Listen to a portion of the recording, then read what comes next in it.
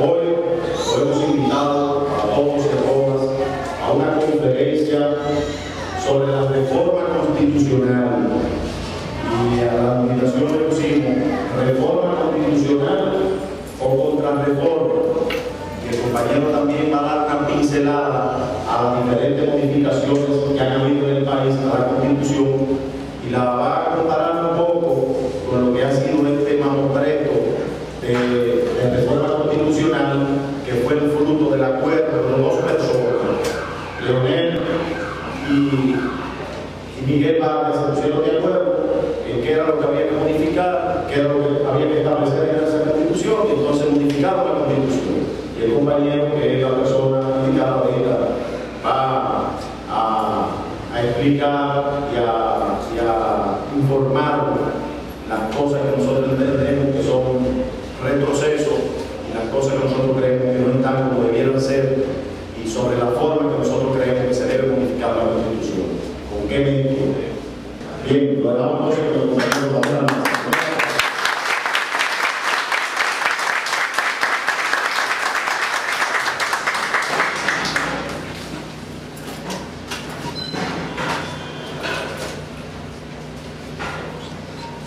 Buenas noches.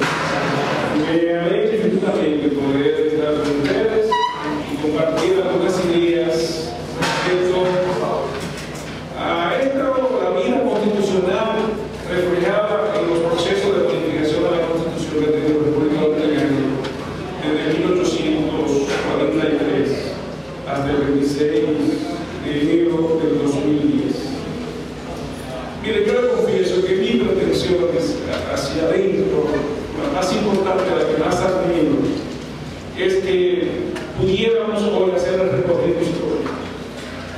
Ojalá pudiéramos, y el tiempo no nos traicione, conocer estos 98 procesos que ha vivido la República Dominicana, los elementos prohibidos que lo han motivado, las situaciones sociales que la determinan, la lucha de clase que está presente para que se adopte un u otro proceso. Si tuviera que llegar a una cosa, aunque los compañeros tenían su motivación principal de que veamos la propuesta de hoy, yo no sé si ellos pudieran hacerlo en dos momentos, pero yo voy a hacer todo el esfuerzo. Si lo podemos hacer las dos cosas en el día de hoy, bienvenido. Si no, yo me comprometo a estar en un segundo momento y abro la posibilidad entonces de que esta estructura también organice un segundo momento y vemos por dentro la Constitución que se aprueba, que es la de Efesio y que es ilegal, que es ilegítima y que ninguno de nosotros ni las compañeras presentes tiene la obligación de aplicarla. Por eso ya lo veremos al final. En consecuencia, inicio.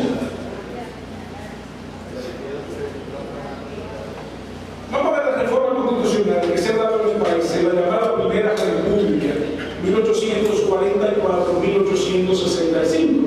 44 punto de nacimiento de la República y 1965 cuando hacemos la restauración.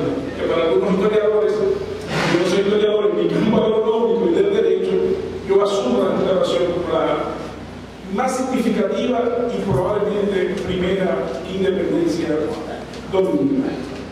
El manifiesto del 16 de enero de 1844, que cristalizó la idea separatista, fue a la vez acta de independencia y preconstitución, en el que se evidencian teorías políticas nacidas del siglo de las luces, plasmadas en las obras de Locke, de Rousseau, de Montesquieu, entre otros. Esos postulados establecieron las bases del nuevo Estado dominicano. Con ellos, teniendo su elemento de base, se promulgó la Carta de Derechos Humanos. Y en ese proyecto estaba claro el planteamiento de la formación de un Estado libre y soberano, donde se reconocía la libertad de los ciudadanos y ciudadanas, aboliendo lógicamente y para siempre la esclavitud en nuestro territorio. Se planteó la igualdad de los derechos civiles y políticos.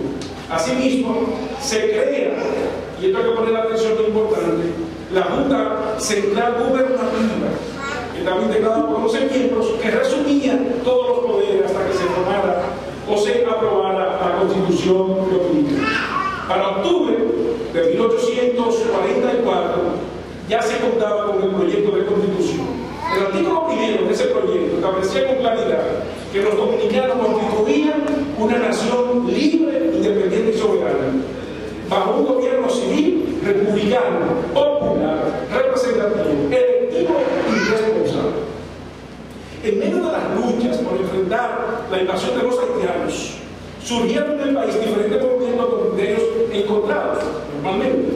El triunfo de entre estos, del Partido Conservador, le garantizó al general Pedro Santana la presidencia naciente de la República el 16 de julio de 1844. Es un periodo que ustedes conocen bien, todos los que tenemos sentimiento patriótico hubiésemos mirado que Duarte hubiese aceptado la presidencia, pero no fue así. La primera reforma, y es nuestro punto de partida, a la naciente Constitución se registra antes de su aprobación, como resultado de las presiones del general Pedro Santana, que mediante el artículo 205 había sido designado por esa misma constituyente como primer presidente de la República. Este exigía que se le otorgaran poderes extraordinarios para poder modificar la Constitución, lograr su objetivo mediante la inclusión del ya archifamoso artículo 210. Con ese artículo 210 empezaba lo siguiente: el presidente puede tomar todas las medidas que creyese oportunas para la defensa de la nación, pudiendo en consecuencia dar todas las órdenes, providencias y decretos que conlleven, que convengan, sin estar sujeto a responsabilidad ninguna.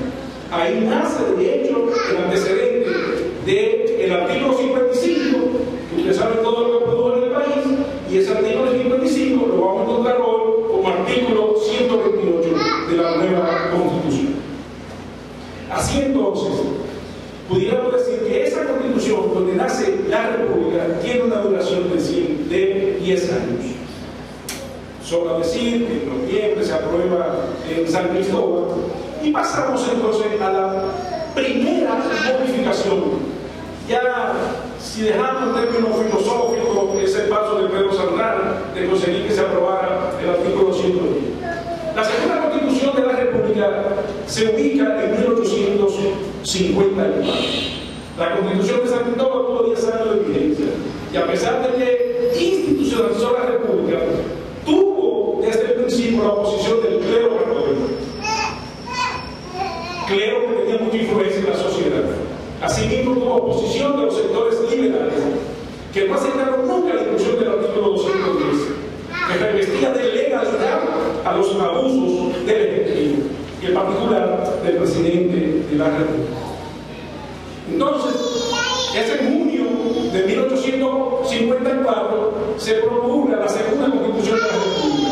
Esta modificó 70 artículos de la Constitución de 1844.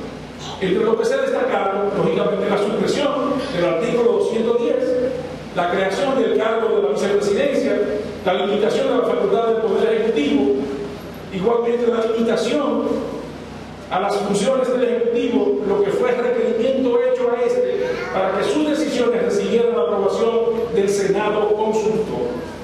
Extensión a 6 años del periodo presidencial. Es decir, con la segunda Constitución de 1854, y estamos hablando de la de junio de 1854, porque va a haber una segunda en diciembre, se crea entonces, se le quita un cierto poder cuando se destituye el artículo 210. Y así surge entonces la tercera Constitución. Santana no podía vivir con los cánones de esa Constitución de 1854, la de junio del 54. Era demasiado liberal para su temperamento autoritario y convocó al Congreso para modificar de nuevo la Constitución. Expuso razones para él que el país necesitaba de un gobierno justo y paternal, así como la necesidad de superar las trabas de los negocios creadas por la Constitución de febrero de 1854.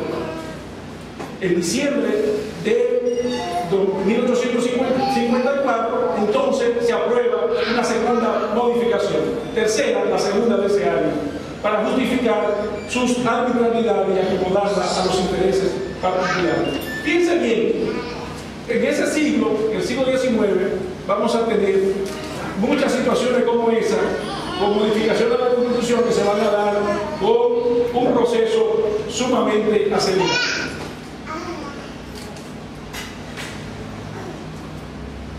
Esta Constitución, pongan atención a la de 1854, porque en el transcurso de los tiempos le vamos a tener referencia de ella. A la del principio, a la primera de 1854, porque va a ser la favorita de los conservadores y va a ser siempre la Constitución rechazada por los liberales del siglo XIX y a principios del siglo XX. Estuvo en vigor en 3 ocasiones como sustento de gobierno de facto y de tendencia totalitaria. Esta Constitución aportó una innovación en cuanto al derecho de los dominicanos sobre su territorio, al declarar que los límites del mismo serían establecidos por el Tratado de Londres de 1795 entre España y Francia. Igualmente estableció la eliminación del sistema bicameral, es decir, que fíjense, ya para 1854 estábamos hablando de un Congreso unicameral, lo que parecía ser una defensa cuando algunos lo planteábamos en este momento. La prerrogativa dada al presidente de poder oponerse a promulgar una ley dictada por el Senado, de ahí la supremacía que desde entonces tiene el poder ejecutivo sobre el legislativo. La extensión del periodo presidencial de 4 a 6 años, la potestad dada al presidente de tomar medidas para combatir todo proyecto contra la seguridad del Estado. Esto sin tener que pedir permiso legislativo. Solo bastaba con informarlo después de haberlo tomado la medida, considerándose esto que era para conservar la gente. Entonces, esa Constitución va a ser criminal en el análisis histórico de las constituciones del país. Igualmente, la suspensión de la ciudadanía estaba sujeta a una ley adjetiva. La ciudadanía no era un elemento de carácter constitucional. Esto había la posibilidad de que se quitara la nacionalidad a algunos dominicanos por razones de tipo político. De hecho, todo este marco jurídico sirvió a Pedro Santana para eliminar a muchos de sus enemigos, opositores y contrincantes, tanto a nivel político como personal. La tercera Constitución, Pedro Santana logra hegemonizar de nuevo un proyecto dictatorial. Y le digo que la pongan atención a esta porque al final no lo voy a retomar como probablemente el segundo proyecto de nación más acabado que proyectos y sectores de clase y sectores y clases sociales pudieron construir en el país. Así entonces, en esa crisis de sectores opuestos a esos aspectos que tenía la Constitución de Santana de 1854, surge entonces la Constitución de Boca de 1858. Y les digo que pongan atención a esta parte, porque también ese va a ser otro de los proyectos societarios más acabados y más liberales que conozcan el proceso constitucional en el país. Esta Constitución surge impulsada por el anhelo de la naciente burguesía cibaeña de que la República fuera gobernada con ingresos que favorecieran sus intereses y que el Estado tuviera como armazón ideológico y político una constitución liberal, con cierta autonomía regional, como se sentía todo el Cibao, y donde la decisión final en asuntos trascendentales estuviera en manos del poder legislativo, realmente representativo para ellos en ese momento. Estos grupos aportaron los principios fundamentales del capitalismo en esa etapa de desarrollo que tenía el país y lo expresaron lógicamente en su proyecto de constitución y el tipo de democracia en el que creían que construían. La naciente burguesía cibaeña, en consecuencia, se había visto afectada por las emisiones de papel moneda que devaluaba la moneda fuerte recibida por las exportaciones de tabaco. Así nace la Revolución de julio de 1857, encabezada por los más capaces experimentados liberales que contaba el Cibao. Estoy hablando de figuras como Benigno Filomeno de Rojas y Ulises Francisco Espaillat. Ellos contaban lógicamente con el apoyo de los tabaqueros, de los comerciantes, y exportadores de esa región donde estamos, que basaban sus ideas en modelos políticos del federalismo norteamericano, a su vez también con raíces en el Parlamento británico. Ambos sistemas políticos mediaron el contenido constitucional de Moca de 1858. La constituyente, entonces, reunida en Moca, dictó varias leyes, entre las cuales se contaba la que desconocía las emisiones de vales. Vale, era un sistema que producía el gobierno porque tú podías comprar en la pulpería, en los jornados, y devaluaba, recibía los dineros y después esos vales no había manera de que los comerciantes pudieran cambiarlo, cobrarlo.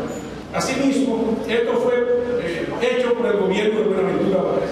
Entre los aspectos más relevantes de la Constitución de Moca, los historiadores destacan lo siguiente: establecimiento del sufragio directo para la elección del presidente y vicepresidente de la República, elemento determinante y clave en el proceso democrático que vivía el país. El restablecimiento de los derechos ciudadanos, prohibiéndose la pena de muerte como castigo por delitos políticos. Formalmente, en el 58 se prohibió la pena de muerte como delito político. La prohibición del Estado de emitir papel moneda, así como de mantener fondos públicos fuera de las arcas nacionales, para que no se repitiera lo que hizo Buenaventura Báez en 1853, cuando depositó dinero fuerte del gobierno en San Tomás a su nombre y persona. Ahora se deposita en Suiza, pero ya no se persigue tanto.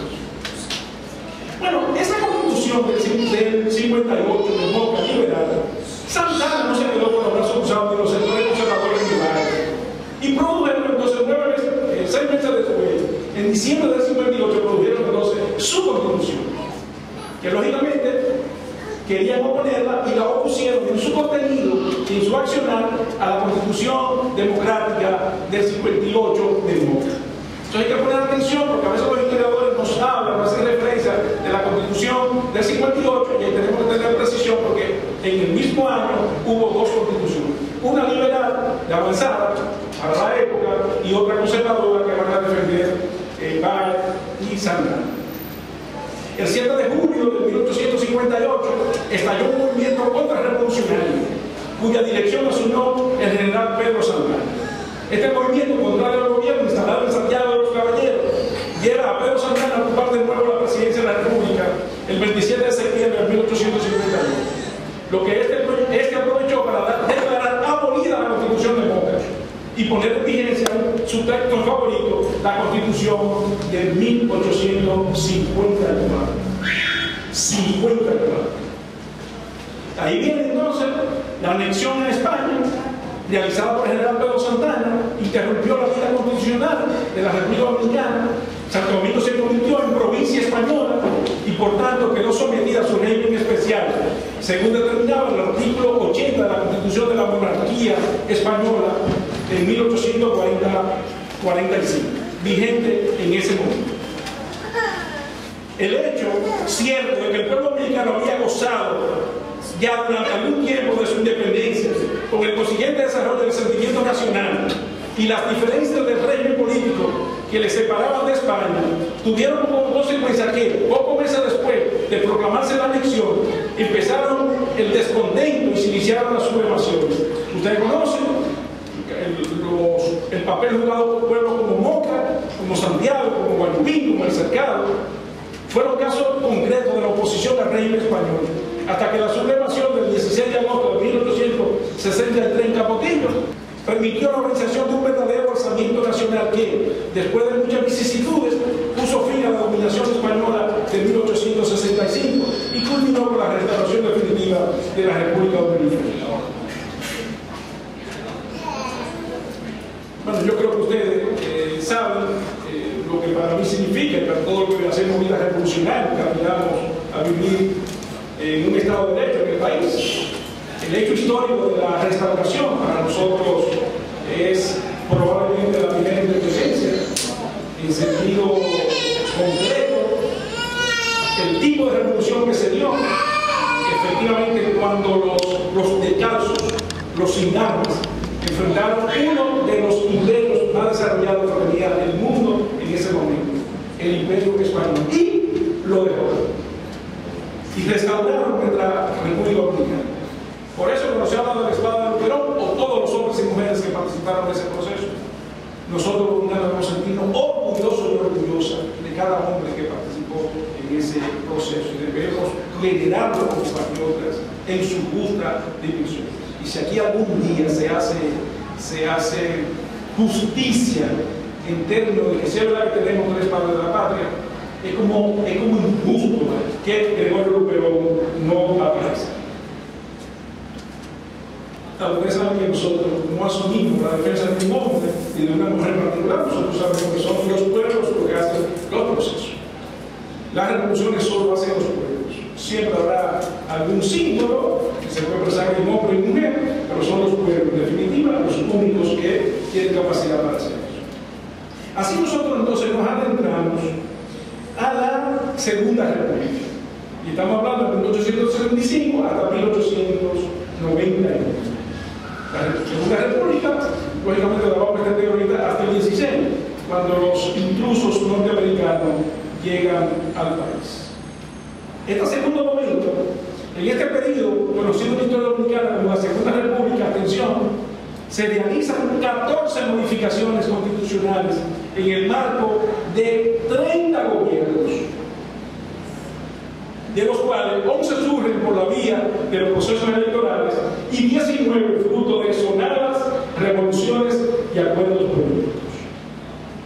En los últimos meses de la Guerra de Restauración, el gobierno reunido en la ciudad de Santiago de los Caballeros puso en vigor la Constitución de Moca de 1858. Justo el 14 de noviembre de 1865, basada en esa Constitución que acabo de hacer referencia. Era lógico que el espíritu libertario que representó la gesta restauradora se expresara en una nueva modificación constitucional. Recuerden que la Constitución va a expresar lo que la clase dominante en un momento determinado siente. La clase dominante en un momento determinado histórico, eso se expresará siempre en la Constitución que se va a modificar. Si los pueblos logran imponerse, el contenido de la Constitución va a tener un sabor a pueblo. Si no, va a tener un sabor a la que tiene la que se promulgó el 26 de enero de 2010. Esta Constitución produjo inmediatamente la derogación de la pena de muerte, del exilio por causa política, la libertad de culto, se expresó la libertad de culto, la supresión del requisito de ser propietario de inmuebles para ser presidente o legislador. Recuerden que tuvimos una etapa histórica que si usted no era dueño de fincas, especialmente de fincas, usted no podía aspirar a la República ni al Congreso Nacional. Igualmente ratificó el voto directo para las elecciones presidenciales y congresuales. Y una innovación importante fue que estableció el poder municipal en adición a los tres poderes tradicionales, legislativo, ejecutivo y judicial, retomando un proyecto duartiano, en ese sentido. Usted sabe que Duarte fue muy preciso, el municipio era claro, para él era el primer poder. Nunca el legislativo para Duarte fue el primer poder, en su proyecto, en su concepción societaria, el poder municipal era el primer poder. Por eso es una pena que hayamos perdido la oportunidad de crear el poder municipal de la República. Esta Constitución tuvo vigencia hasta abril de 1866. Buenaventura Báez, como presidente de la República, en su tercer mandato, restableció la Constitución el 16 de diciembre de 1854, invocando razón de legalidad para restituir las cosas del Estado anterior e inmediato a la anexión. Buenaventura encontró una fuerte oposición al asumir el poder, que culminó con el levantamiento del 24 de abril. Fíjense que hay un anterior 24 de abril en nuestra historia, originado en Santiago. Los clientes de San Gobierno constituyeron un gobierno provisional bajo el nombre del triunvirato, que como primera medida restableció el texto constitucional del 14 de noviembre de 1865. A partir de esta, se alternaron las constituciones liberales y autoritarias conforme al pensamiento de los grupos que ejercían el poder en cada momento. Así, en 1872, Buenaventura Báez, quien sustituyó a Leonardo Báez, y ahí fue que se dio aquel episodio triste y amargo de nuestra historia, que se pretendió arreglar, cualquier cosa, la bahía hexagonal. Se prohibió la emisión de papel de moneda y se volvió al sistema unicameral. La Constitución promulgada en 1875 señaló por primera vez los límites fronterizos con Haití, basado entonces en el Tratado de Aranjuez. Las últimas constituciones del siglo XIX, es decir, la de 1887 y 1896, surgieron durante el gobierno de Luis Cerro y obviamente fueron de corte dictatorial, como era Lili en todo el proceso de concesión que tuvo en el momento en que le tocó modificar, aprobar o remendar constituciones. Como el anunciamiento de Lili en 1899, la gloriosa, heroica ciudad de Buga, nos adentramos entonces a las reformas de 1900 a 1916.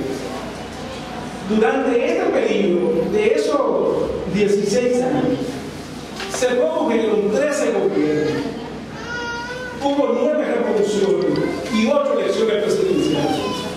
Se inicia con la muerte de Lili en julio de 1899 en la ciudad de Moca y culmina con la pérdida de la soberanía por la primera y grosera ocupación de los Estados Unidos de Norteamérica en territorio nacional, aquel funesto 1916.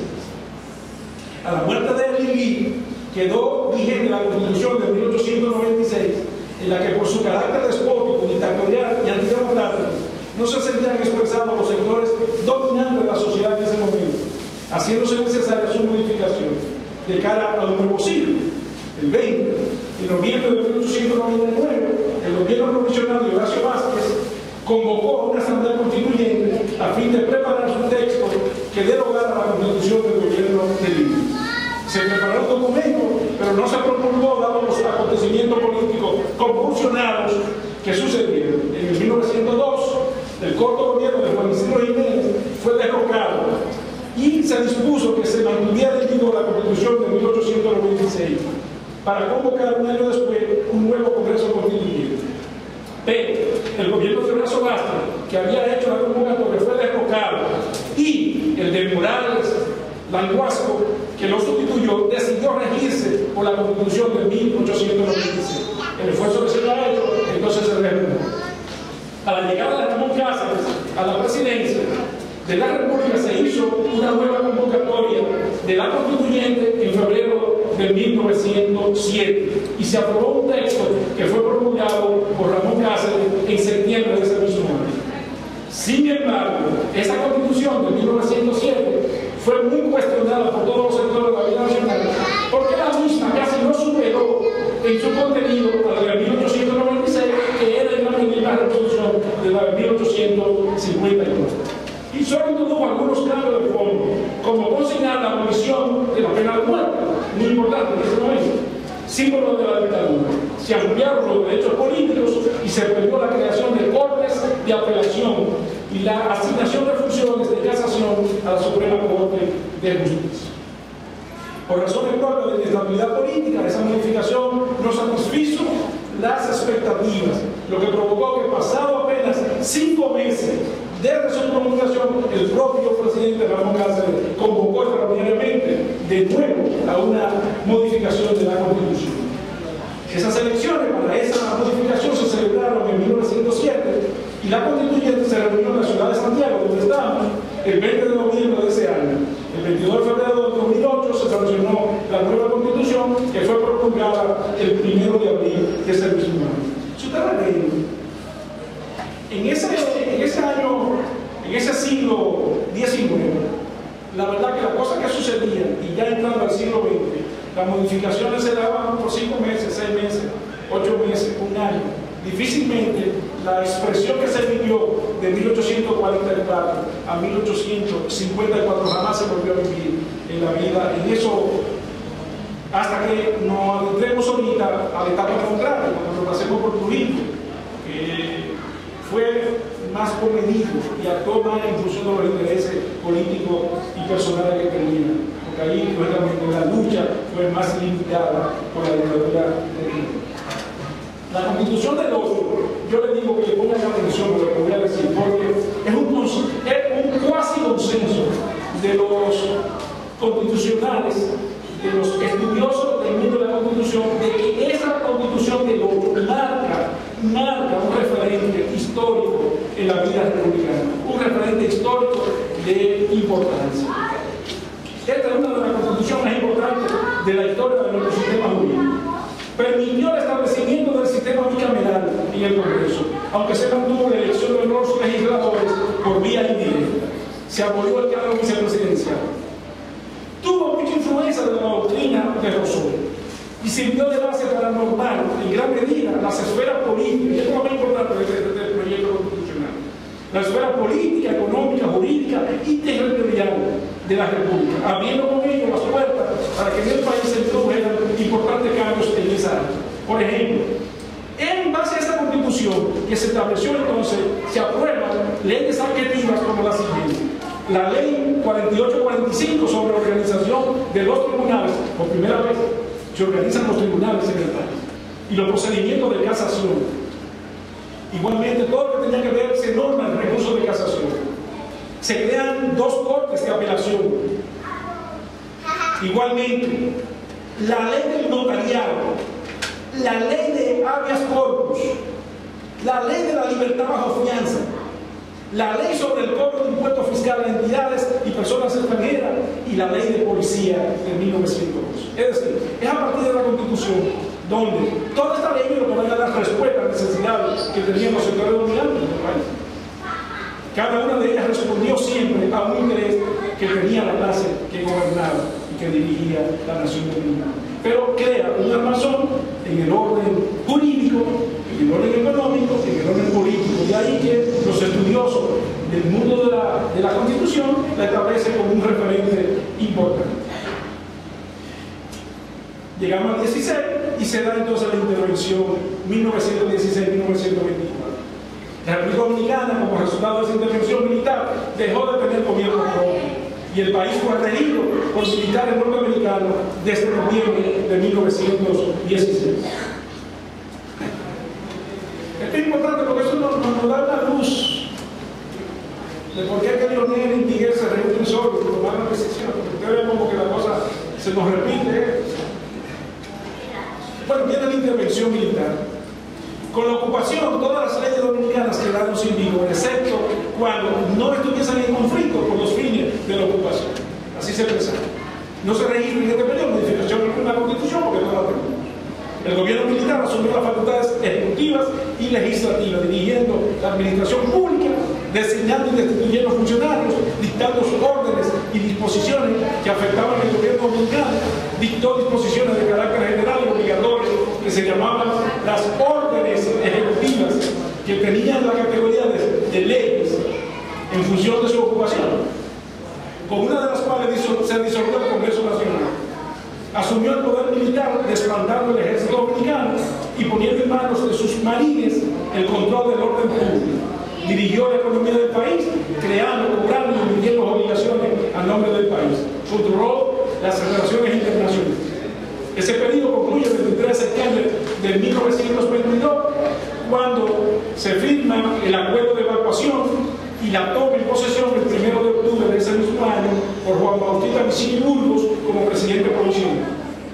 Se preparó el marco legal de las siguientes elecciones, dictando las leyes electorales de la organización municipal y de organización provincial. Ese proceso eleccionario del 5 de marzo de 1924 dio como resultado la elección del general Horacio Vázquez como presidente, que fue juramentado el 12 de julio del mismo año.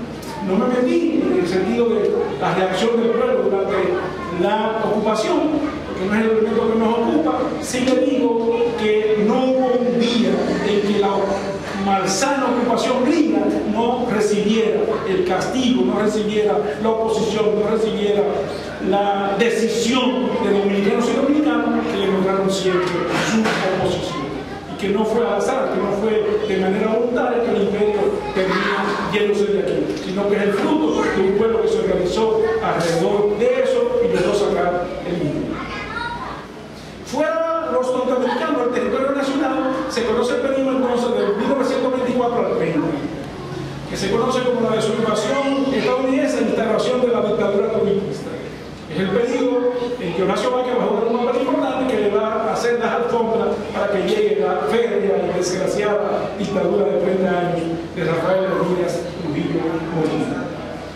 Fue muy semejante la Constitución del 24 a la aprobada en el 16, que no fue promulgada por causa de la ocupación. Hubo diferencias fundamentales con la del 2008 en general, pero lo importante aquí es que lo que yo quisiera más destacar fue que en 1924 se prohibió totalmente la pena de muerte. Fue la última vez que la pena de muerte apareció en la Constitución dominicana. La última vez. En 1924, y a partir de ahí jamás en ninguna constitución de manera formal ha aparecido la pena de muerte. Ahora yo confieso, el jefe de la policía cree la pena de muerte y la pone en práctica.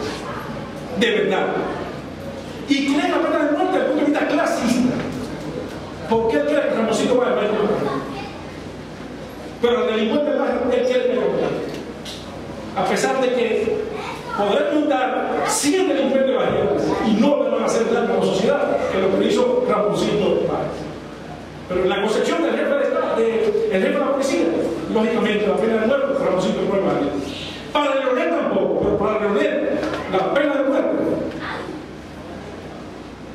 para los ciudadanos pobres, humildes y de barrio, también es aprobada. No hay posibilidad de que un jefe de la policía que se comporte como se comporta él si no tiene la conciencia de su jefe, presidente de la República. Las muertes, la pena de muerte, las ejecuciones policiales no son al azar. Son dirigidas, planeadas y conceptualmente establecidas. No hay azar. Le confieso que el hecho de que esta modificación, la del 24, se produjera casi inmediatamente después de la evacuación de la República Dominicana y el país recobrara su soberanía, explica la apertura liberal que se manifiesta en aspectos tales como el establecimiento del voto universal para la elección del presidente, la no reelección consecutiva, la abolición de la pena de muerte, que son los elementos que, lógicamente, se han hizo que estábamos ocupados. Lo lógico es que en esa constitución no hubiese más reelección, que lógicamente no hubiese pena de muerte y que nos preparáramos para tener un texto que nos facilitara volver a la vida independiente. En el 1927 y 1929 se produjeron dos modificaciones constitucionales que lo que hay que destacar es que ahí se da el famoso hecho histórico Horacio, porque entra en paz. Y Horacio decide hacer cualquier cosa para que se restablezca la reelección. Y en ese juego, entonces, modifica la Constitución para él permanecer en el poder. Esa protección, a pesar de que introdujo la modificación constitucional, los horacistas se vieron frustrados por el golpe de Estado dirigido por Rafael Estrella, santiaguero, y Rafael Leónidas Trujillo Molina, sureño, en febrero de 1930. Hace algunos años, o reelección, o que más se llevara a Hipólito Correa. Y consiguió, con cientos de millones de pesos invertidos, modificar la Constitución. La vamos a ver ahorita. Al final de cuentas, gastó y perdió. Y lo más crítico de eso no va a ser eso. No fue que perdió, sino que el PRD, dueño del Congreso, perdió una oportunidad histórica, que la vamos a ver ahorita. La oportunidad histórica que había en el país para aprobar un proyecto constitucional con los sentimientos de las raíces de lo que tenía el PRD. Probablemente. Así nos adentramos entonces a la vida de los 30 años de Trujillo.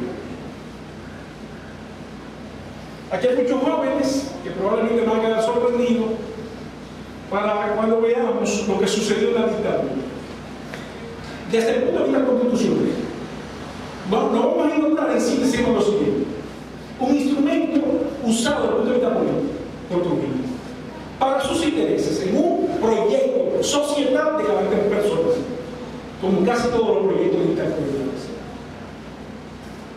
Y las modificaciones 7 que le hizo a la Constitución, desde ese momento del 30 hasta el 30 de mayo de 1961, cuando se ajusticia van a estar dirigidas fundamentalmente a esa visión de patrimonio que tenía de la nación hacia él. Esa visión de que él era padre de la patria nueva por encima de Duarte, Sánchez y Mella, y en un momento que él mentalmente lo consiguió así y se lo creía así. Y entonces los procesos de modificación que se daban, que se dieron, expresaban ese sentido. Pero, y lo digo para los jóvenes que están aquí, vamos a encontrar entonces un dictador que organizó una parte de la burocracia del país y que aprobó cosas ahorita que usted va a decir, pero fue verdad que Trujillo hizo eso. ¿Y por qué no lo hicieron los demócratas anteriores como tal? Por eso entonces yo casi tuve el intento de dejar fuera, solo de hacer el resumen que estoy haciendo de Trujillo, pero después pienso que por honor a los hechos históricos es importante que veamos, si tú quieres, las dos caras del proceso trujillista. Veamos así de manera clara. Trujillo introdujo la primera modificación a la Constitución en marzo del 34. Atención. Trujillo se manejó por la Constitución del 24 hasta el 34. Es el 29 de marzo del 34 que hizo la modificación, la primera modificación a la Constitución del 29. Con ella provocó básicamente la división territorial, aprobó los derechos individuales, aprobó la libertad de trabajo, el número de corte de apelación, los arbitrios a los ayuntamientos, la posibilidad de trasladar las cámaras legislativas fuera de la capital. Recuerda que para él San Cristóbal era su mundo. En consecuencia, hubo muchas secciones que el Congreso funcionó en San Cristóbal. Permitía al Poder Ejecutivo que celebrara contratos de interés general. También fijó el 27, atiendan esto, jóvenes. Es Trujillo que fija el 27 de febrero como fecha en el que cada año el presidente enviara un mensaje al país junto a las memorias de la Secretaría de Estado, con lo que buscaba identificar la obra del rey con los actos conmemorativos de la independencia y la soberanía nacional. Estableció el sometimiento al Congreso del presupuesto nacional en otra fecha de conmemoración patriótica, el 16 de agosto, para regir el siguiente periodo. Aprobó el nombramiento de los jueces de corte y los tribunales de justicia en el Senado cada 4 años y que pudieran ser indefinidamente reelectos. Atiendan que el concepto ideológico de Trujillo estaba muy claro y muy preciso y definido. En el 42 vuelve y modifica la Constitución. Ahí aprueba el reconocimiento a la mujer de igual capacidad política, intelectual y moral que el hombre. El Trujillo aprueba eso en el 42. Disposición a favor de los hombres del trabajo, jornada máxima de labor, vacaciones, sueldo, salario mínimos, así como la forma de pago, seguro social y participación, preferencia de los nacionales en el trabajo. Creo que creó 95 asientos, 95% nacionales y el 5% extranjeros en la posibilidad. Ahora estamos 80-20, pero no se cumple. Atención, jóvenes, mi valoración. Esta proclamación a favor de los trabajadores y de las mujeres que se concretaron en proyectos de leyes, por medio de los cuales se otorgaban derechos civiles a las mujeres y regulaban el matrimonio, no fueron más que mecanismos de manipulación ideológica del rey, destinada a concitar simpatía de esta hacia el mismo.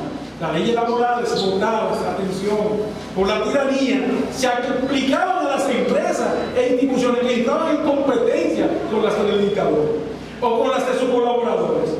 Como toda competencia desleal, esta provocaba la quiebra o salida del mercado del competidor, creando así monopolios de diferentes áreas a favor del gobierno y sus representantes. Es decir, hay un juego, el juego que fortalecía el monopolio de la familia, el monopolio del Estado, que era en gran medida Trujillo. Así llegamos entonces a la reforma del 45. Esta reforma estuvo vigente hasta el 1 de diciembre del 55. Fue el fin de crear un país, el sistema bancario, atención. A fin de crear el país un sistema bancario y monetario propio, lo que fue acogido por el Congreso. Se instituyó el Banco Central. Se estableció la paridad del peso con el dólar estadounidense. Y hubo garantías de la moneda nacional. Igualmente se crearon arbitrios municipales y Trujillo planteó la representación obligatoria de las minorías en los estamentos electivos del Estado. En el 55, Trujillo introdujo una nueva modificación. Este tuvo vigente hasta el 7 de noviembre del 59. Creó la inviolabilidad de la soberanía nacional, el principio de la no intervención de un Estado en asuntos externos o internos de otro Estado. De igual forma, se estableció la incompatibilidad del comunismo con los principios fundamentales de la Constitución. Se firmó un concordato suscrito con la Santa Sede y destinado a regir las relaciones del Estado y la Iglesia Católica. Concordato que todavía está vigente y que hay algunos sectores que no entienden todavía la necesidad de que sea abolido. Todavía nosotros nos regimos por el concordato de la celebración. Una cosa increíble que haya sectores que todavía lo defiendan y que lo impongan. En esta Constitución, la del 55, hay que destacar el asunto de Trujillo hacia el culto a la personalidad. Es aquí que aparece por primera vez el término padre de la patria vieja. Y era él, porque como había padre de la patria vieja, él era el padre de la patria vieja. Y se declaró la era de Trujillo como el más sobresaliente periodo de la historia política. Ustedes saben lo que sucedió, la relación Trujillo-intelectuales, y cómo Trujillo cooptó los principales pensadores conservadores del país, algunos incluso liberales. Fueron pocas las excepciones que sacaron su pluma y la pusieron al servicio de la verdad histórica. Pero Trujillo también era un hombre que pensaba en él ya no siendo gobernante. De ahí que en esa Constitución que duró hasta el 59 introdujo la inmunidad del presidente y vicepresidente de la República y la protección en el concepto de que no podían ser embargables los bienes pertenecientes a personas que sean o hayan sido presidentes o vicepresidentes del país, sus viudas y sus herederos. No mencionaba nombres, lógicamente, pero todo el que hubiera sido presidente, vicepresidente, su viuda y los herederos, sus bienes eran inembargables. Así llegamos a una segunda Constitución de noviembre del 59. Una Constitución sin importancia que no merece referencia. En el 60 hubo dos constituciones de Trujillo, 28 de junio y 2 de diciembre. Suprimió el artículo que estableció la incompatibilidad del comunismo en la Constitución para consignarla a través de una ley. Recuerden que ya se ha dado la Revolución de Cuba del 59, que va a hacer que Trujillo repiense su modelo autoritario y comience entonces a dar algún nivel de apertura. Se cambió el nombre de secretaría por el de ministerio. El presidente títere, Bienvenido Trujillo, su hermano, solicitó el establecimiento de la pena capital, pero el Congreso se la rechazó. En la segunda modificación constitucional del 2 de diciembre del 60 estuvieron motivados fundamentalmente por el atentado perpetrado por el régimen trujillista al presidente venezolano Rómulo Betancourt y la sanción del bloqueo económico que por tal hecho impuso la Organización de Estados Americanos, OEA, al país. Y esa Constitución que estableció que jamás la República Dominicana favorecería una condena internacional que a juicio de su gobierno resultara en perjuicio de un pueblo hermano de América. Fue la respuesta que tuvo frente a la sanción que comenzó a recibir de la OEA y de todo el continente. Se consagró la protección de la familia por el Estado, el seguro por desocupación, enfermedad, incapacidad, vejez, la libertad del pacto matrimonial sobre los bienes y la protección a la esposa contratada. De esta manera, las 7 modificaciones incorporadas a la Constitución durante la tiranía de Trujillo se dirigieron a defender los bienes del dictador, sus familias y colaboradores, a cohesionar y afianzar su régimen unipersonal y a readecuar los contenidos de la misma en función del recorrido histórico que se vivía en el continente y en el propio país. Es decir, Trujillo en sus 30 años produce 7 modificaciones constitucionales que yo digo se expresa en la síntesis de ese último párrafo que leí. Con la muerte, con el renunciamiento de Trujillo y sus 7 constituciones, pasando entonces a la llamada etapa democrática del país. Renunciamiento de Trujillo, aquella noche gloriosa del 30 de mayo del 61. Después de eso, entonces, Se conoció una propuesta de modificación constitucional que se hace ahí mismo en el Estado del Triunvirato. Se conoce el proyecto más importante del siglo XX que establece en 1963 el profesor Juan Bosch del Partido Revolucionario. Se estableció después el proyecto más conservador en 1966, orientado por el Imperio norteamericano, que establece el doctor Joaquín Balaguer. En 1994, en la dirección del PRD se crea una crisis, que fue la crisis en la que crisis política por cuestionamiento al proceso electoral, con Balaguer, que se le ceden 2 años de gobierno robado al doctor Joaquín Balaguer y se da un proceso de modificación. Y se da un proceso de modificación en el 2002. El proceso del señor Hipólito Unanue. Todo este proceso democrático culmina con una nueva constitución en el año 2010, 26 de enero del 2010. Démosles una revisión así rápido a la etapa democrática para que culminemos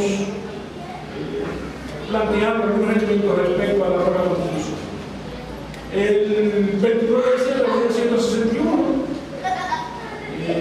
esta es importante porque crea viabilizar el establecimiento de la carrera judicial con un nuevo sistema de elección de los jueces, la creación de una Corte Suprema Electoral, la restitución de la vicepresidencia, la supresión de disposición que declaraba una protección de Estado el patrimonio de las personas que hayan ejercido la presidencia y la readecuación de la relación de Iglesia y Estado.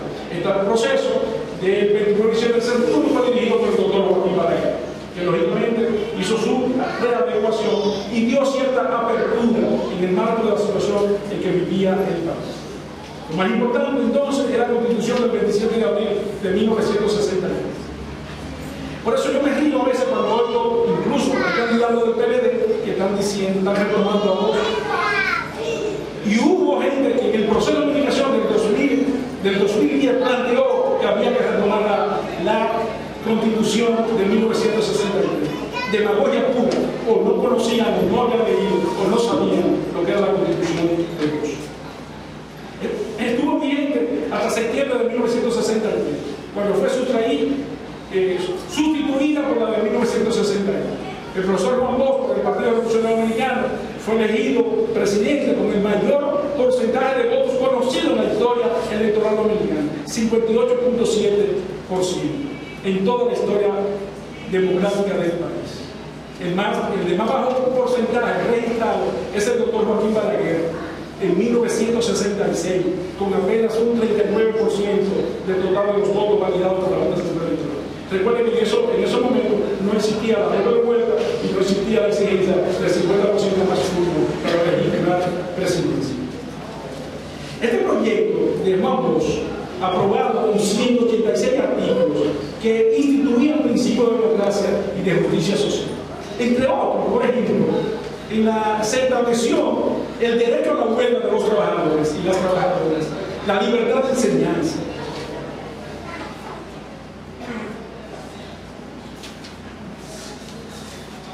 La libertad de enseñanza. Se le dio facultades para convertir en propiedad colectiva la tierra, riqueza natural y medio de producción al propio Estado. Se prohibieron los latifundios.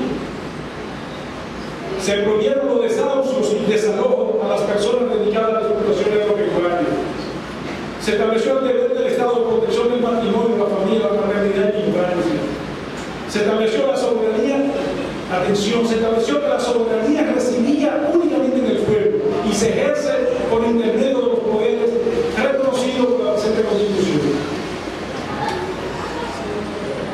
Toda esta conquista deviene, sin duda alguna, del avance que representó en ese momento el grupo del Partido Revolucionario Dominicano a favor de la democracia y de la soberanía popular, con el acceso al poder de los opositores del régimen jurídico. Es evidente que esta modificación fue más profunda que la del 61 y 62 y aportó elementos muy concretos al proceso democrático que vivía el país.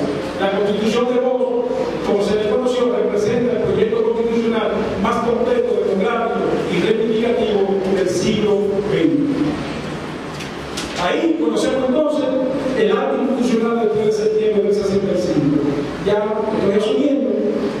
reforma constitucional constituye una respuesta a los sectores sociales en conflicto, fruto del derrocamiento y el golpe de Estado militar de que fue el gobierno del PRD y su presidente Maduro, y la posterior ocupación norteamericana, que dio lugar al acontecimiento político social más importante del siglo XX, como fue la Revolución de 1965.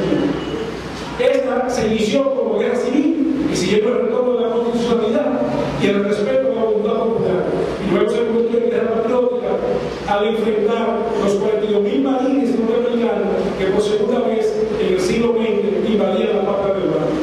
Dos escenarios importantes del territorio que rescataron esta noche: rescato Manolo, cuya vida se pierde, o bueno, se sienta en las maniobras, reclamando que se volviera a la constitucionalidad, a pesar de que Manolo tuvo acuerdo con proceso electoral, pero se fue a la montaña, a las escarpadas, montaña verde del Esquillo. Esa figura histórica, pero cuando yo pienso que muchos teníamos deuda con ella, y surge también la segunda figura histórica más destacada también del siglo, del punto de vista popular, Francisco Alberto Camaño y la Revolución del 65. Así entonces, con eso salen los del imperio y llega Balaguer en las elecciones amañadas de 1966. Balaguer se instaura. Y Balaguer instaura el movimiento societal más acabado del siglo XX, con mayor visión, elaborado desde la visión imperial y de la visión de la burguesía dominicana. Y se impone entonces en el 66 una modificación de la Constitución, que está vigente hasta el 26 de enero del 2003. Porque lo que sucedió en 1994 y en 2002 fue una defensa de la lucha cultural, por reelección o no reelección, por eliminación del colegio cerrado o no, que no tiene sentido.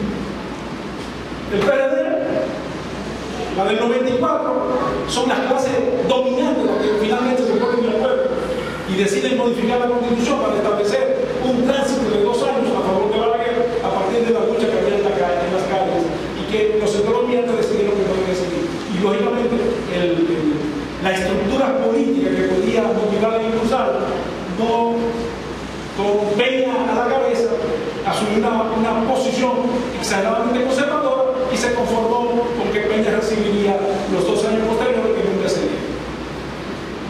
Y en el 2002 se da entonces la modificación de la Constitución a partir del criterio base, y era que la reelección debía aprobarse. E Hipólito entonces invierte todos los recursos, y el PRD invierte todos los recursos para modificar la Constitución. Recuerden que el PRD era casi un dueño del Congreso Nacional. Y en esa visión entonces logra modificar la Constitución y establecer la reelección. Van al proceso electoral, el Hipólito es derrotado y el PRD pierde la gran oportunidad histórica que tenía en ese momento de aprobar un proyecto societal que tuviera sentimiento de pueblo y que le pudiera devolver al pueblo como raíz histórica aquella Constitución que el PRD había aprobado en el 63 en el gobierno de Ramos. Pero eso fue una oportunidad que se perdió, y lógicamente el PRD es el gran perdedor. Así llegamos entonces nosotros al momento que estamos hoy, al momento en que la sociedad exigía una modificación de la Constitución. ¿Qué está pasando en el continente? En el continente, los periodos de proceso de dictaduras y de democracias conservadoras, de democracia representativa que no daban apertura a la participación de la población, colapsaron. Y la sociedad latinoamericana comenzó entonces a exigir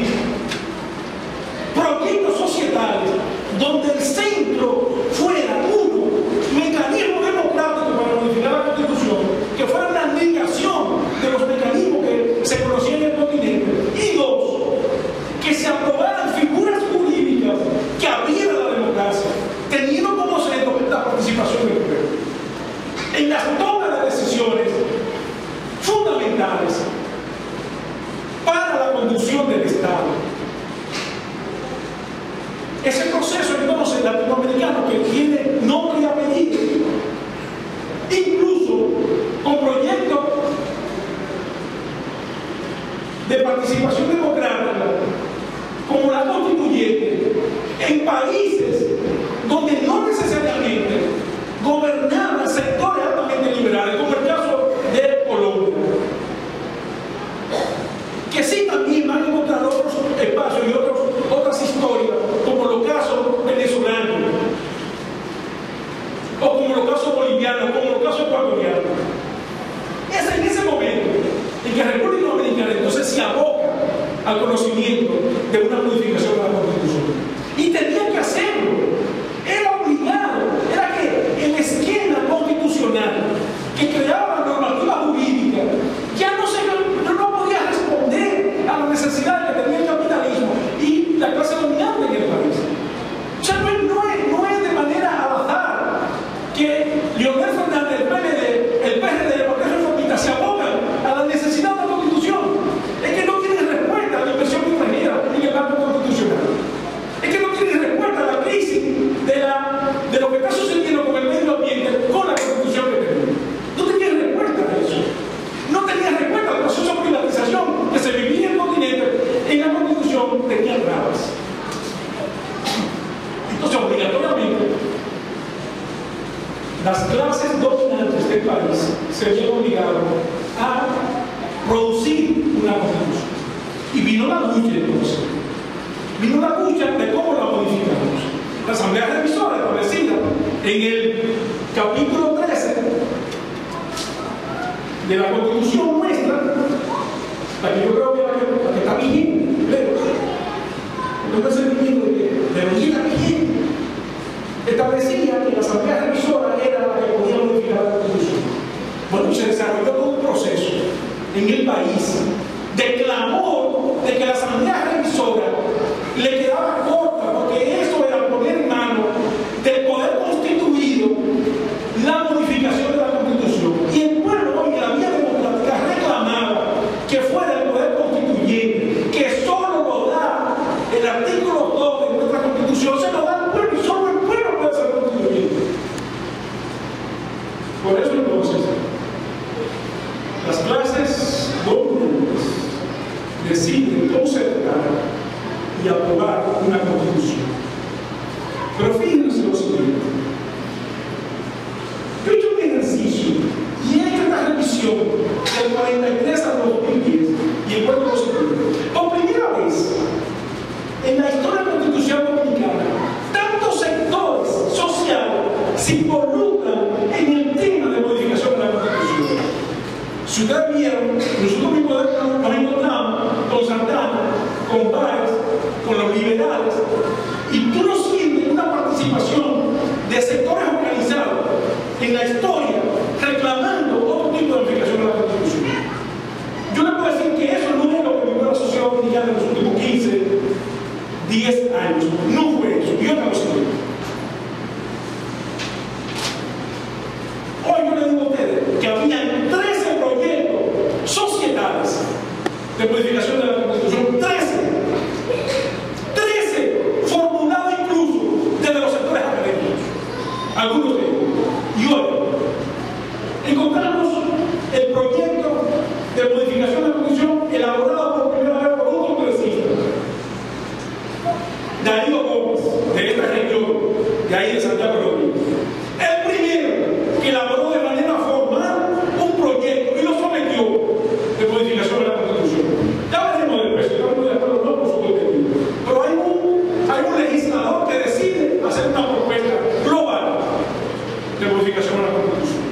Segundo, aparecen las academias y aparece la primera, la UFU, con un proyecto de modificación constitucional extremadamente acabado en el sentido de la visión.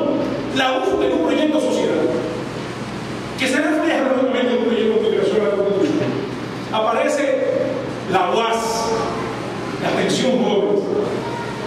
El proyecto de la UAS se conoce como las 100 propuestas guastianas de modificación de la Constitución. Le digo que estoy enamorado de ese proyecto. Y enamorado no solo por el contenido, lo cual comparto ampliamente. Estoy enamorado por el proceso de cómo se construyeron las 100 propuestas. Yo le confieso a ustedes que creo que decenas de miles de personas participaron en ese proyecto, dirigido por el profesor Gómez, Luis Gómez. Proyecto democrático que terminó formulando un proyecto social con las 100 propuestas profesionales. Pero apareció la puta mano. En ese proyecto conservador de Adipino. Pero formuló una propuesta social. Pero Putamana se fue más lejos. Los estudiantes de Derecho de Putamana, recinto Santo Tomás de Aquino, Santo Domingo, celebraron un proceso constituyente. Un proceso constituyente y terminaron formulando lo que se conoce como la Constitución Joven, escrita en un libro, la visión de los jóvenes estudiantes de Derecho de la Constitución. Pero aparece INTEC, dirigido por Flavio, ¿cómo se llama? Antinoe, mi hermano, dirigido por Antinoe.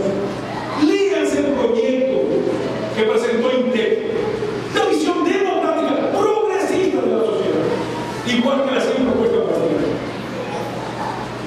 No se conoce, o por lo menos yo, en mi proceso investigativo de este tema, que me sirvió de grado para la licenciatura en Derecho, no encontré ningún periodo histórico, no lo encontré, donde el sector académico se preocupara por proponer la Constitución y al margen de la lucha de grupos y de los intereses particulares de los gobernantes se atrevieran a hacer una propuesta. Pero nos encontramos con la propuesta de CONADE, de la Comisión Nacional de Reforma del Estado, que hizo una propuesta. Nos encontramos con la propuesta del Foro Ciudadano, que escribió un proyecto social. Nos encontramos con la propuesta de la Unión de Emisoras Católicas, especialmente influenciada por Radio del Equipo, que en un contacto con agricultores, con un proyecto, lo que hace Santa María, o lo que hacía de Santa María para acá, con el sector campesino, básicamente.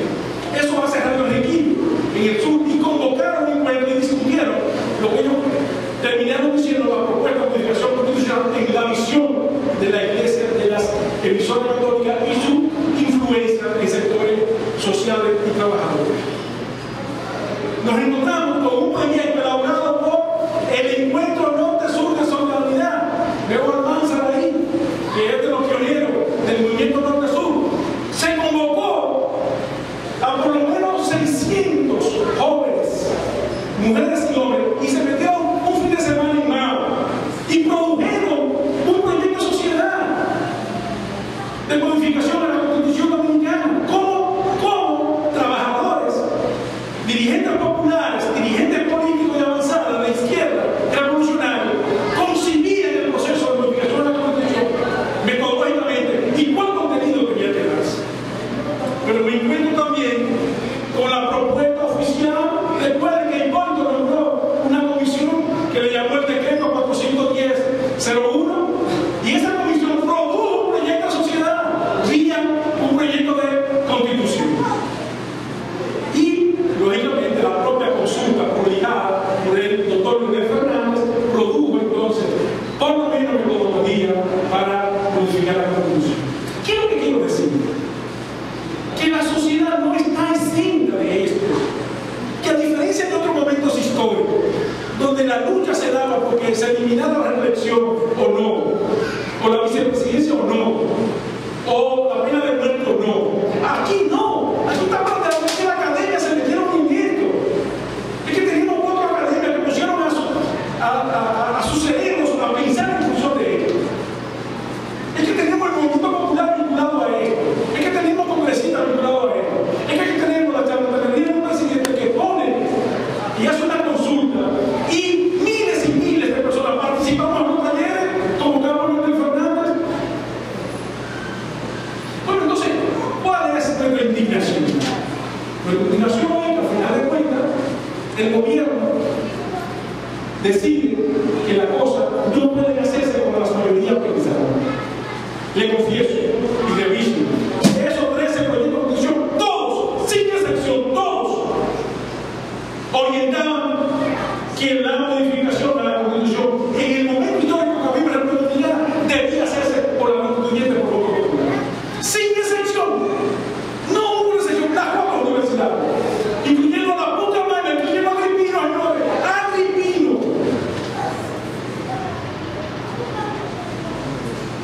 constituyendo mayoritariamente, creo que un 65%, la consulta que tenemos. Pero después que ya nos vamos a la chiquitilla, como dicen los venezolanos, se decide que era la asamblea revisora. ¿Y por qué no la constituyente?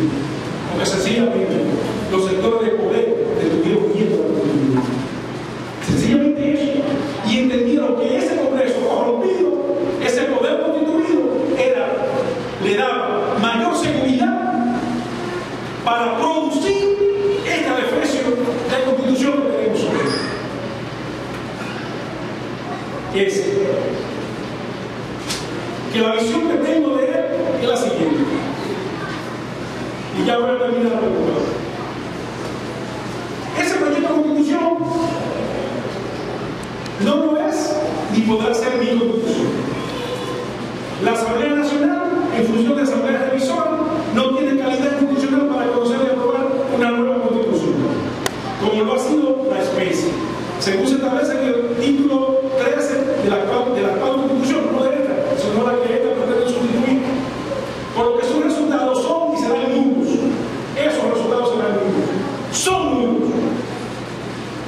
Es una constitución surgida de la ilegalidad, en consecuencia no oponible a los ciudadanos y ciudadanas, por lo que declararse en desobediencia civil contra su contenido es y será una actitud correcta, sana, patriótica y duartiana.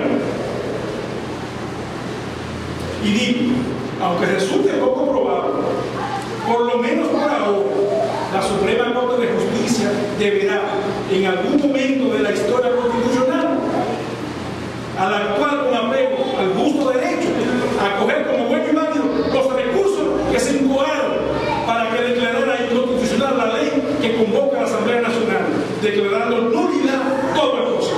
Tendrá que hacerlo en algún momento. Esa nulidad se impondrá cuando la Suprema Corte de Justicia prime la sensatez, la objetividad, sin la pasión partidaria y sin el miedo de la retaliación desde el órgano ejecutivo. La Constitución aprobada, sin que se toque el fondo de su ilegalidad, ha resultado, por otra parte, un contenido altamente conservador, negador de derechos adquiridos por luchas libertarias históricas de nuestro pueblo y por el sacrificio incluso de sus vidas, de miles de dominicanos y dominicanas. La Asamblea Nacional Revisora devino en un retroceso para la democracia dominicana, una burda manipulación a las aspiraciones de la sociedad, que nunca como ahora había manifestado tanto interés supremo de dotarse de una constitución moderna, plural, que privilegiara la intervención directa de los ciudadanos y ciudadanas en las tomas de decisiones para los asuntos de interés colectivo.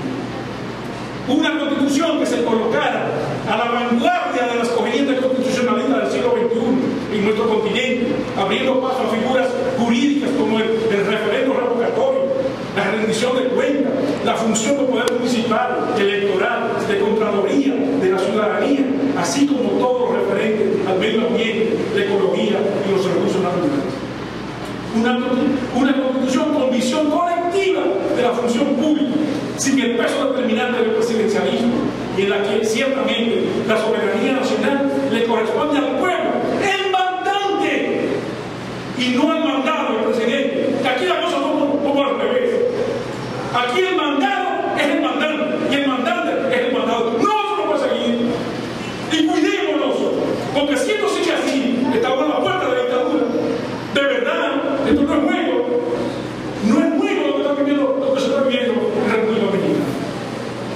Los resultados del proceso revelan con creces lo correcto que ha resultado la defensa de que la modificación de la Constitución debía ser por la vía de una constituyente electa con voto popular y no por la Asamblea Revisora y los legisladores constituidos, vagabundos, charlatanes, corruptos.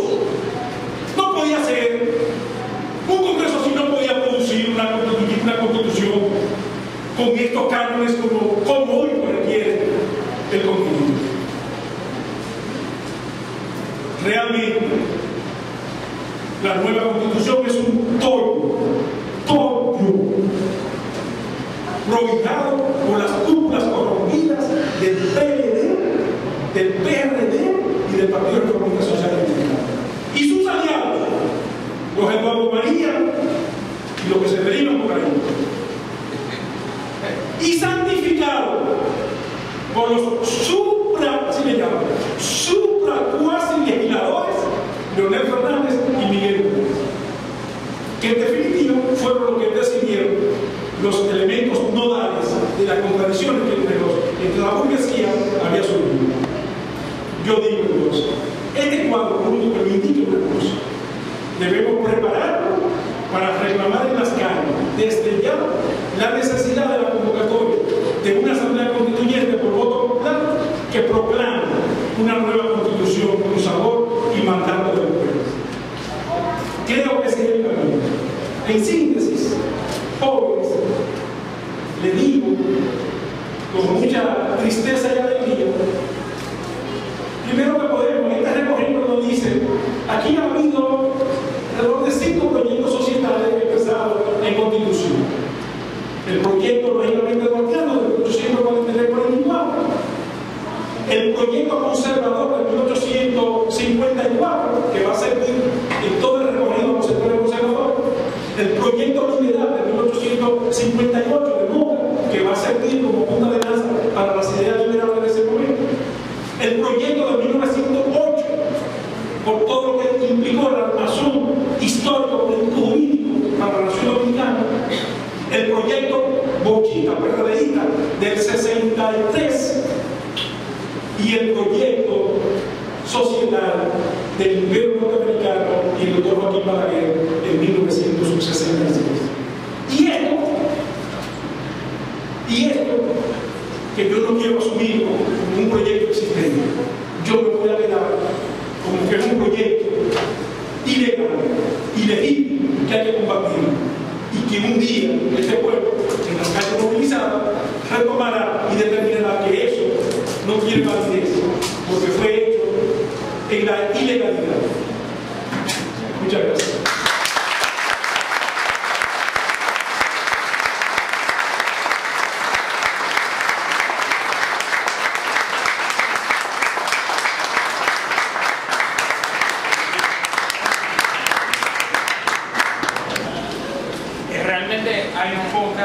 Hay pocas cosas con las que hay que estar de acuerdo y con las que estamos de acuerdo, con las que no estamos de acuerdo. Y realmente no puedo negar que la constitución actual, y me acuerdo todos los proyectos que existían y yo no tenía conocimiento, o sea, la burla se hace todavía más grande. Pero yo me pregunto, si la constitución del 2010 es una burla, la del 66 no sería igual de ilegal.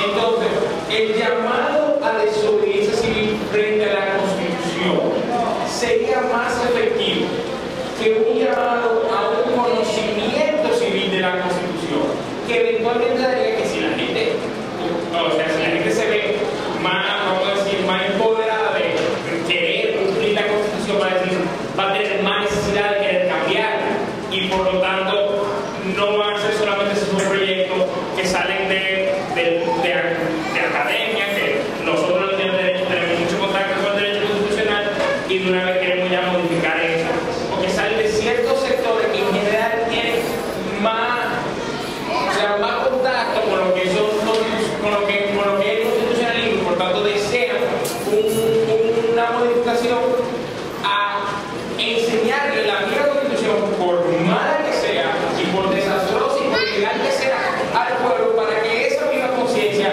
que ya tiene la academia también la tenga en general el ciudadano dominicano. ¿Alguien más? Yo lo que voy es a destacar un elemento que me parece importante y que debe valorar el movimiento popular, y es el siguiente. Aún hablaba de las circunstancias latinoamericanas que se presentaban en este momento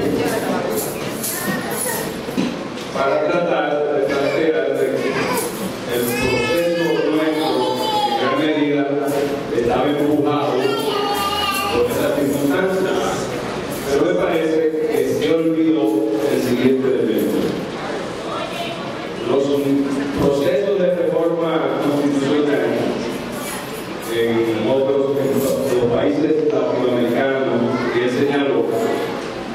se promovieron desde el poder, es decir, Chávez, desde el poder, Evo, desde el poder, y resulta que en República Dominicana no teníamos ni a un Chávez, ni a un Evo, y el Ecuador, Correa. Entonces aquí hay un elemento. ¿Qué pasó aquí? Me parece que la ausencia del movimiento popular, no ya en la academia o en los salones, discutiendo cómo empujar o forzar a que en vez de la revisora fuera la constituyente. Me parece que ese elemento ahí bueno dar para que el proceso se llevara a cabo como sucedió. Muchas gracias.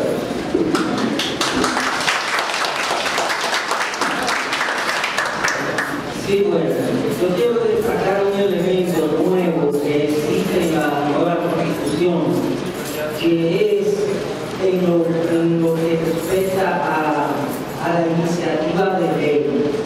¿Cómo puede ser que si la soberanía es del pueblo, entonces la iniciativa de ley esté en el quinto lugar y dice que debe haber un 2% de la población de acuerdo para crear una ley que diga, que esa ley diga de qué manera el pueblo va a poder participar en la iniciativa de ley?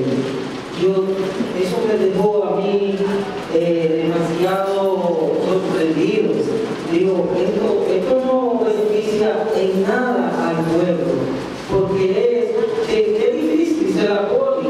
Sin embargo, la Junta Central Electoral tiene iniciativa de ley de manera directa. El Poder Ejecutivo tiene iniciativa de ley de manera directa. Y todas las demás instituciones que tienen iniciativa de ley es de manera directa. Sin embargo, el pueblo no puede de manera directa tener iniciativa de ley. ¿Qué resulta? Que vean cuánta traba le ponen. Primero, 1% de la población para, con ese 2%, aprobar una ley. El Senado sí quiere y le conviene que esa ley sea la que diga cómo se va cómo el pueblo va a participar en esa iniciativa de ley. Es todo. Es una pequeña inquietud. En realidad, los que han formado las constituciones en nuestro país parece que no tuvieron en mente el aspecto social médico en nuestro país. Y podemos ver que en la Constitución del año 1844 no existe este tipo de indicación. Y quienes administraban salud eran el Ministerio del Presupuesto de Hacienda, el Ministerio de Guerra y Marina. Uno por el asunto de dinero y el otro porque a la población militar se le ponía más atención. Quiero, por ejemplo, pensar de que inteligencia como Borró, como Espaillat, como Rojas, Benito Filomeno Rojas, no pensaron o no pasaron la realidad. Y vemos entonces en nuestra sociedad tiene que venir un gobierno extraño a crear una Secretaría de Salud Pública en el gobierno de ocupación norteamericana. Y tenemos que esperar entonces las constituciones de 18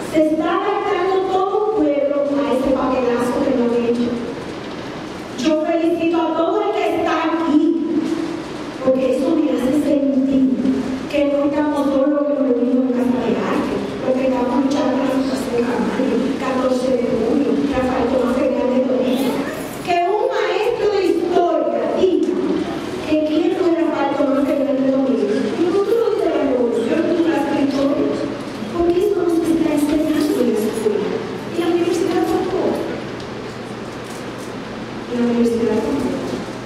El profesor me apena mucho, porque creo que ha dicho este gobierno, como las actuales autoridades, el gobierno, para que me entreguen un audio, yo me voy a olvidar de esa granilla también, pero jamás, porque el audio se queda botando agua, que se quede chorreando de agua.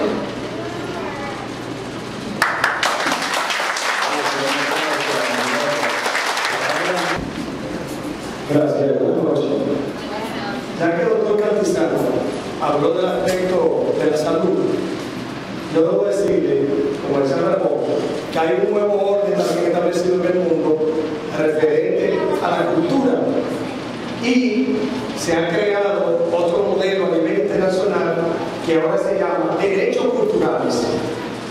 Y a través de Europa, a través de la Comunidad Económica Europea, a través de la UNESCO, se estableció eso de derechos culturales.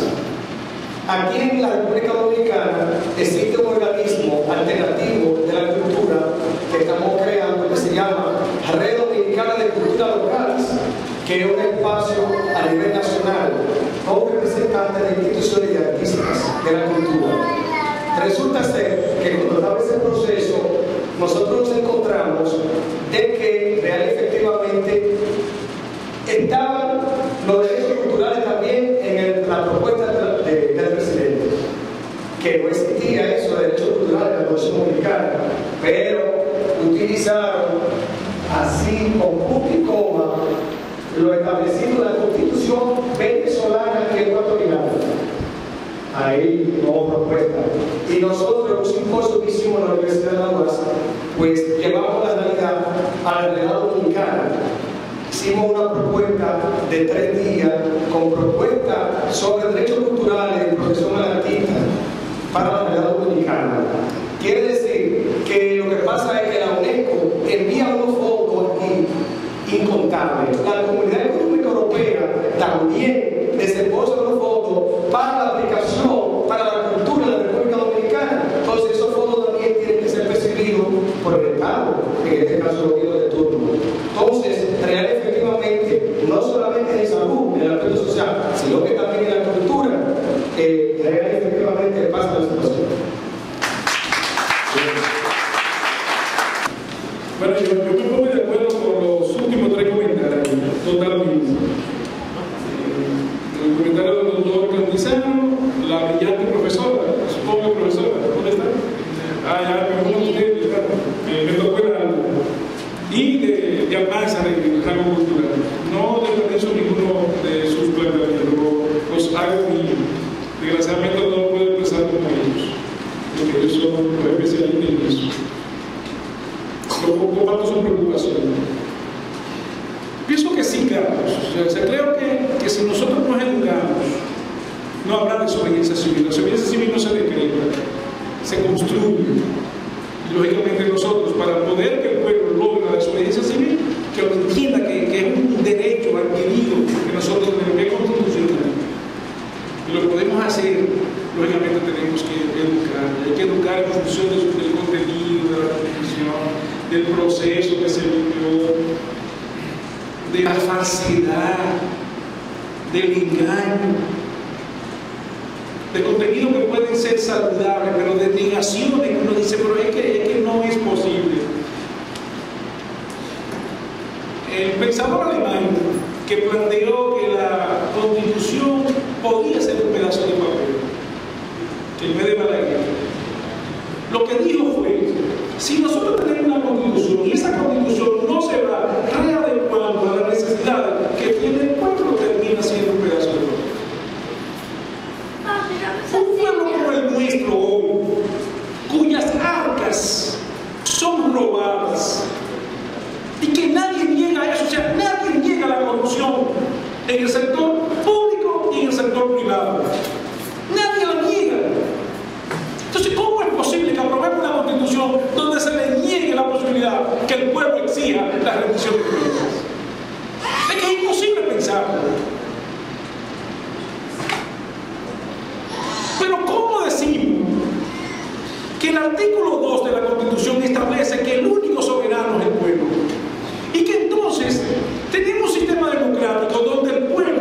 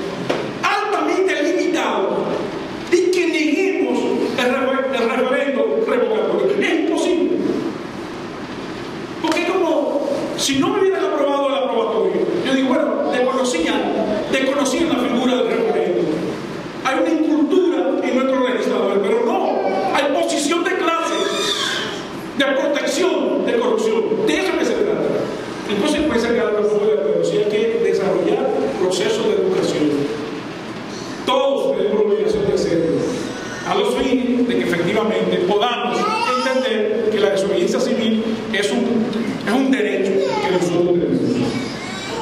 Sí, yo creo que es verdad que no podemos hacer el parangón donde hay en la dirección del Estado gobiernos con sentimientos populares, con democracia participativa, conceptualmente, con lo que vivimos hoy. Pero yo decía, el primer ejemplo, creo que es en el 93, en 1993, que Colombia aprueba la Constitución por constituyente de voto popular.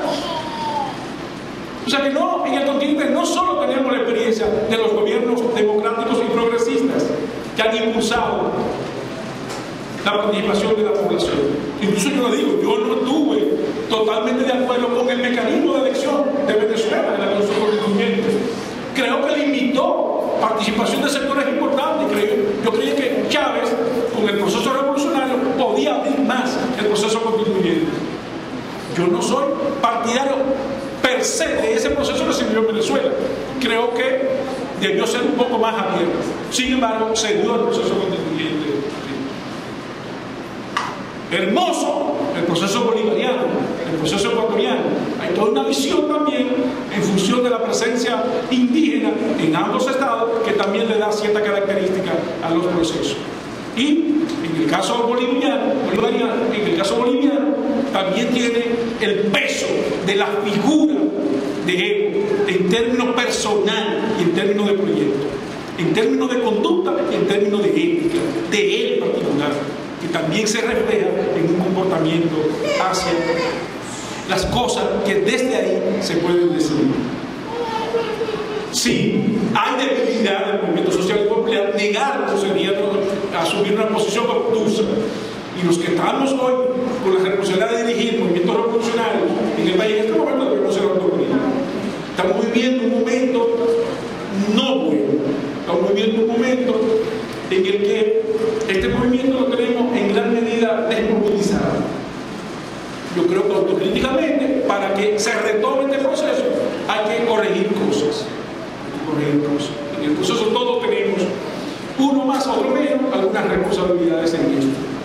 No creo que estamos viviendo un momento que a nosotros nos satisfaga. Creo que todos debemos tener algún nivel de tristeza con lo que está sucediendo. Y lógicamente la respuesta que da el movimiento social y popular no se compadece con lo que uno aspiraría que sería. Y es verdad.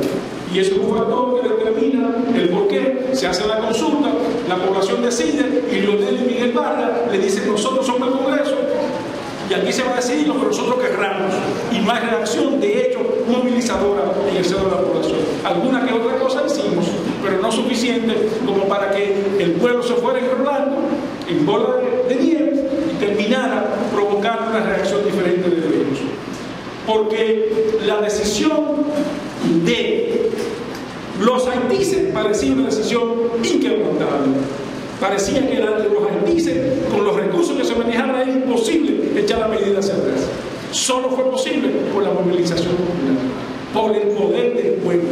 Lo único que echó para atrás es eso, con el aporte de los intelectuales, de los profesionales, de las estructuras, pero un pueblo movilizado produjo estos resultados, como puede producirlo con la base del pueblo. Si este pueblo asume realmente con criterio, como lo hizo con los haitises, el adefesio del contrato de la Bahía.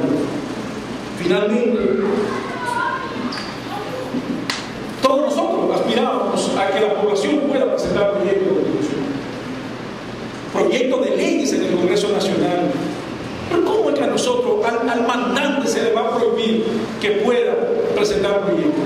Y lo que se aprueba como regalo del 2%, estamos hablando que para nosotros poder presentar un proyecto de ley en cualquiera de las cámaras, necesitamos que 100.000 personas nos aprueben. Lo que un vagabundo se sienta en su casa, de los miembros del poder constituido, y presenta proyectos de leyes, a nosotros nos están exigiendo que tenemos que buscar a 100.000 personas que nos acompañen para presentar un proyecto de 2 páginas en el Congreso Nacional. El 2% significa eso. De 5 millones que reconoce la Junta Central Electoral, 5 puntos tanto que tenemos capacidad para elegir. Esos son 100.000 votantes que nosotros necesitamos, 100.000 personas que apoyen los proyectos. Eso es inviable o casi inviable, porque lo pone sumamente difícil. Resulta agradable hablar en Santiago, hablar de la Alianza Cibaeña, porque me recuerda a mi momento de agrónomo en esta ciudad de Santiago. Muchas gracias y un abrazo.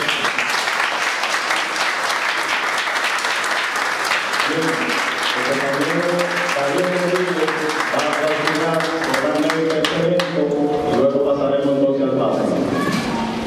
Bien, compañeras y compañeros, el equipo de fusión del Partido de los Trabajadores Dominicanos, Partido Nueva Alternativa, la Fuerza de los Trabajadores y Personas Independientes de Santiago, le agradecen la participación en esta conferencia magistral de nuestro querido compañero Amanza, y les invitamos posteriormente a otras conferencias y cineforos que vamos a presentar posteriormente para la consecución de la fundación de nuestro nuevo partido, el cual se dará en el mes de octubre con el congreso que vamos a tener. Les invitamos a pasar al